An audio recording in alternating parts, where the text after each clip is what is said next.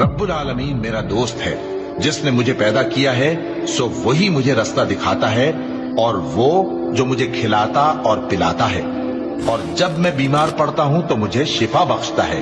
और वो जो मुझे मौत देगा और फिर जिंदा करेगा, और वो जिससे मैं उम्मीद रखता हूं कि क़यामत के दिन मेरा कसूर बख्शेगा। ए परवरदिगार, मुझे इल्म दानिश अता फरमा और नेकूकारों में शामिल फरमा, और बाद वाले लोगों में मेरा जिक्र नेक बाकी रखियो, और मुझे नेमत की बहिश्त के वारिसों में शामिल कीजो,